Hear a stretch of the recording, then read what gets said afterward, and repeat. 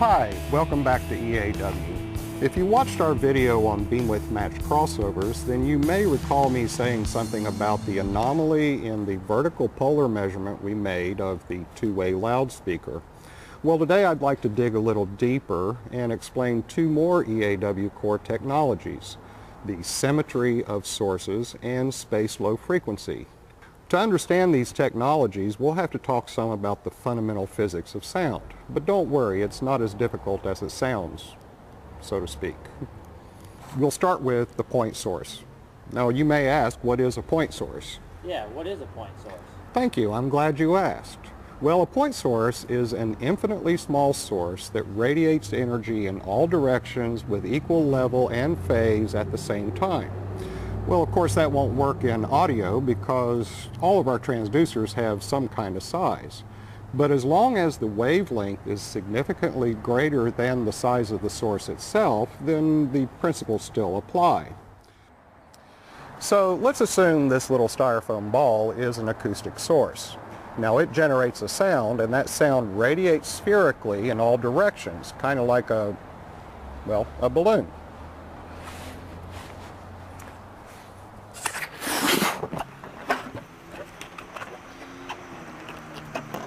So let's assume our source is in the middle of this balloon. Now what happens if I take a second source playing the exact same material and I put it at some half wavelength of space away from my first source? The resulting balloon would end up looking something like this. We have nulls above and below, but we have addition on axis. So let's take a measurement or two and let's see how this works.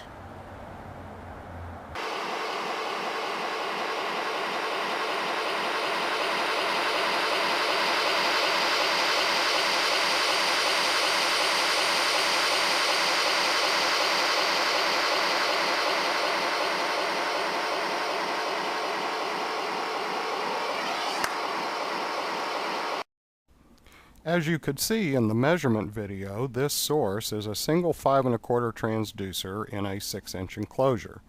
The wavelength of 6 inches is about 2K, so frequencies with wavelengths greater than 1 foot will behave mostly like a point source, and we see that down at frequencies below 1,000 Hertz or so. But where wavelength approaches 6 inches, up here around 2K, we see this loudspeaker become increasingly directional. Now let's do the measurement again with two sources about 6 inches apart playing the same signal.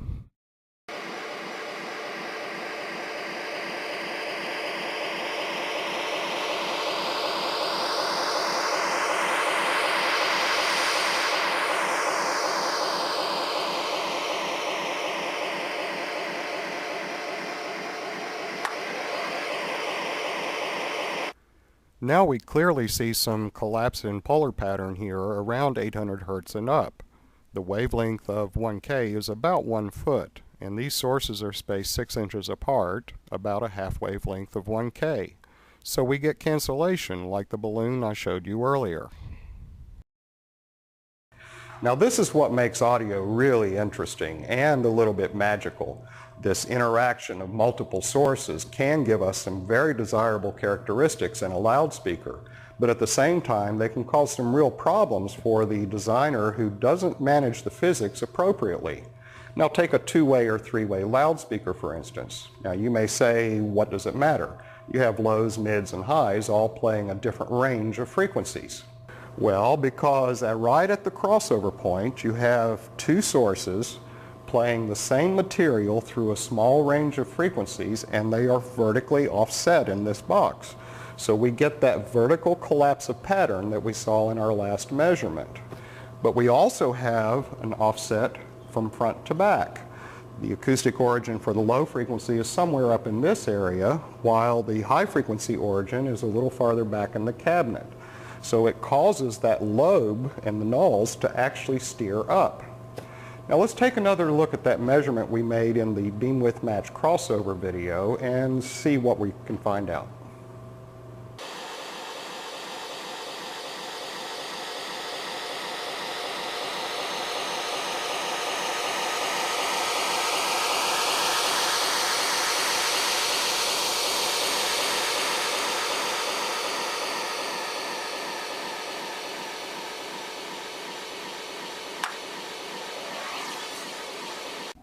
The first thing we see are these holes in the polar pattern at the crossover point here and here.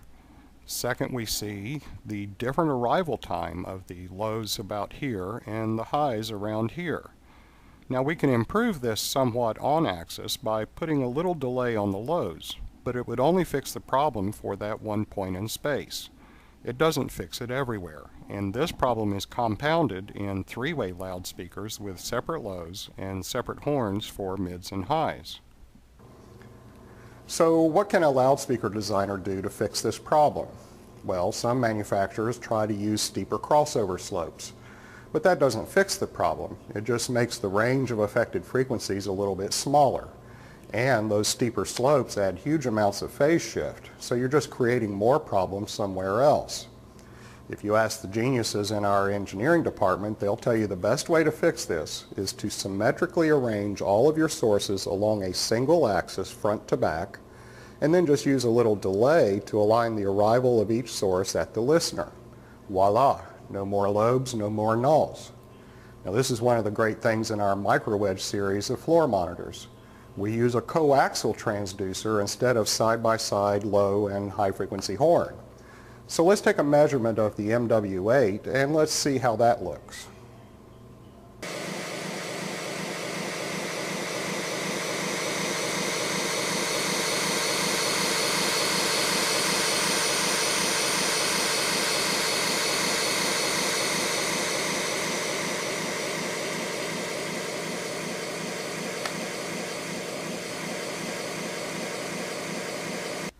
Let me remind you that these flares we see here are just due to the measurement environment and some bumps in EQ. I should also point out that this is a passive loudspeaker, so we do have a little offset in the arrivals of the lows here and the highs here, but they are much closer together because we are using a coax driver, which minimizes any dip in the response at the crossover point. Of course, this is easily fixed when we biamp the loudspeaker and add a touch of delay to the lows. More importantly, though, is that we've eliminated the steered lobe around the crossover point. And if you listen during the measurement, you don't hear nearly as much sweeping as the loudspeaker rotated as you did with the typical two-way. Of course, this measurement would be the same both vertically and horizontally because highs and lows are arrayed along a single front-to-back axis. That's pretty cool, don't you think? Well, earlier I mentioned that we could use this interaction of multiple sources to give us some very useful results. Earlier I made this measurement of the two sources side by side. Well, they were spaced about 6 inches apart, which is a half wavelength of about 1,000 hertz. What we saw at very low frequency was that the pattern of the two was basically omnidirectional. This is because the wavelengths of those frequencies is much greater than the spacing of the two sources, so they just sum together. Then around 500 hertz, we saw that pattern start to collapse, and as we got higher in frequency, the pattern got more and more narrow. Now we can use this phenomenon to give us extended pattern control down to very low frequency. This is another EAW Core Technology, spaced low frequency sources. Now let's do this measurement again. This time I'm going to space them about a foot apart, which is a half wavelength of 500 hertz. And let's see what happens.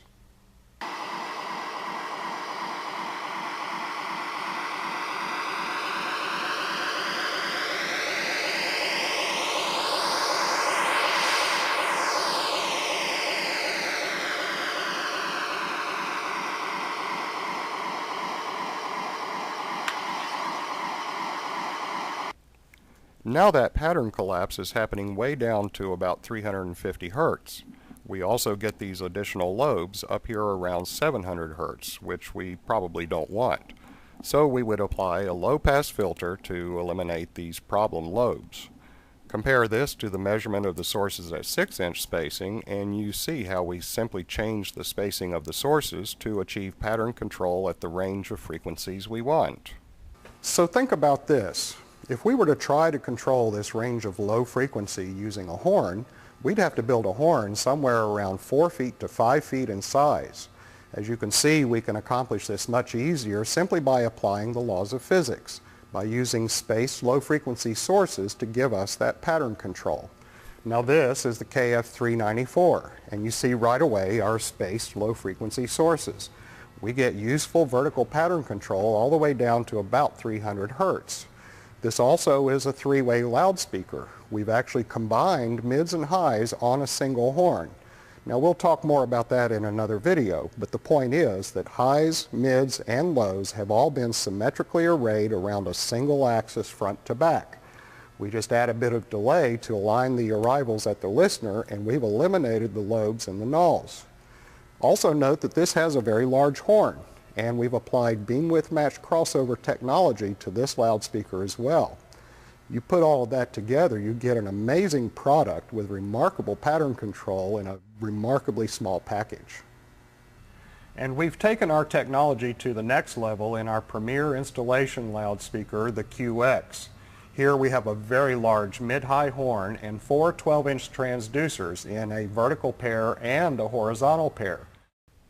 So we give you unprecedented vertical and horizontal pattern control, and no other manufacturer has a product that can compete with this. In fact, if we look at the polar plots for the QX, we see that at 90 degrees off axis, we give you 10 dB of attenuation down at 160 Hertz. This is a critical requirement for highly reverberant spaces such as nightclubs, performing arts venues, indoor arenas, and stadiums, and it explains why QX has been dominating the install world over the last year or so. And we haven't even talked about focusing technology yet, but that's a topic for yet another video. Now I hope you're starting to see a pattern here, a pattern of how EAW engineering doesn't fight the laws of physics, but they apply the laws of physics in innovative ways that give us amazing products. Now you can find these core technologies of space low frequency and symmetry of sources in a lot of our series, starting with the SMS series.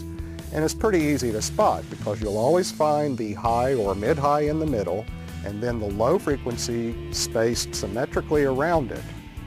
You'll also find it in the AX series, the QX series, and the KF series. Now, if you'd like more information on the fundamental physics of these technologies or other EAW core technologies, then be sure to check out the support section of our website. I'll see you in the next video, but until then, I wish you lobe-free, consistent beam width.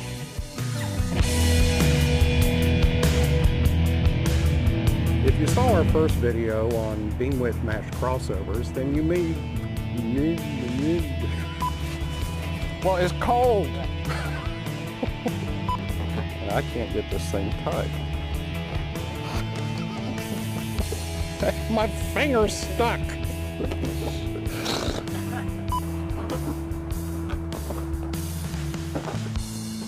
How do I do this?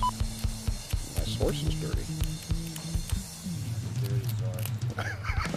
You dirty source.